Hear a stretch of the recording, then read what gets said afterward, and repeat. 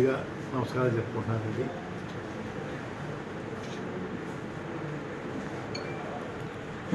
ముఖ్యమంత్రి గౌరవనీయులు జగన్మోహన్ రెడ్డి గారు పిలుపు మేరకు వైసీపీ పార్టీలోకి చేరడానికి నిర్ణయం తీసుకున్నానండి. 14వ తేదీ ఉదయం స్టార్ట్ అవుతానండి. ఈవినింగ్ 4 to 6 మధ్యన పార్టీలో జాయిన్ అవ్వడానికి వెళ్తున్నానండి. ఆ విషయం మీ ద్వారా నన్ను అభిమానించే వారందరికీ తెలియపరచమని కోరుకుంటున్నానండి. 9 మధ్య స్టార్ట్ అవుతానండి. ఈవినింగ్ 4 to 6 మధ్యని సంవత్సరం పార్టీలో చేరుతానండి.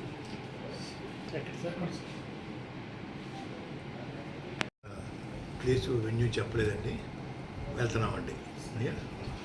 సార్ భారీగా వెళ్తున్నారని ఏమన్నా ఎవరికైనా పిలిపించారా? నేను ఇంకా పిలిపివ్వలేదు సార్.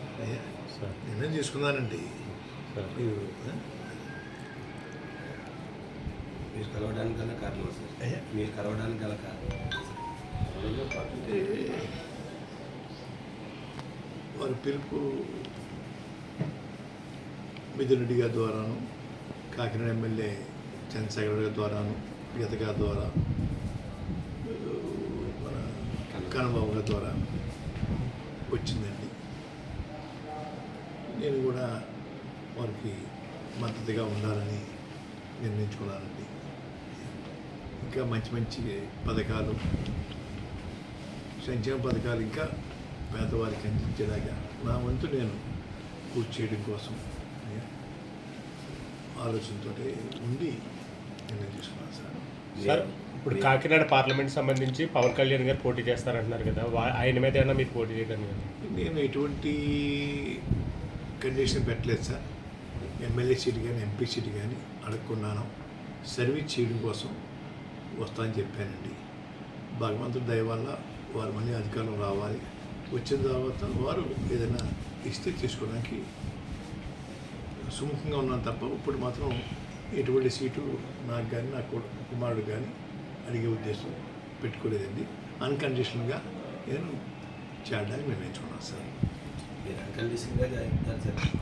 చాలామంది అభిమానులు, మీ అభిమానులు మీరు ప్రత్యక్ష రాజకీయాల్లో ఉంటారు, కంపల్సరీ పోటీ చేస్తారన్న ఆశ కొలితే చాలామంది. ఇది కూడా ప్రత్యక్ష రాజకీయం చేస్తారు. రాజకీయాల్లో ఉంటాను. వారి తరఫున, ముఖ్యమంత్రి గారి తరఫున ప్రచారం వెళ్తాను సార్.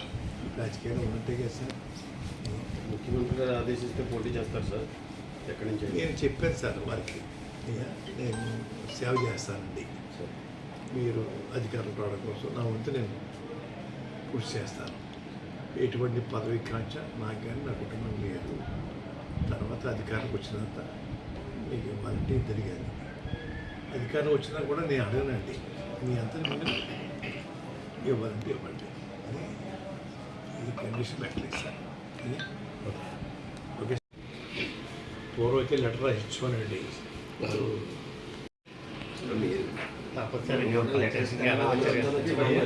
అసలు వాయిస్ ఇస్తారని కూడా మేము ఆలోచించుకోలేదండి.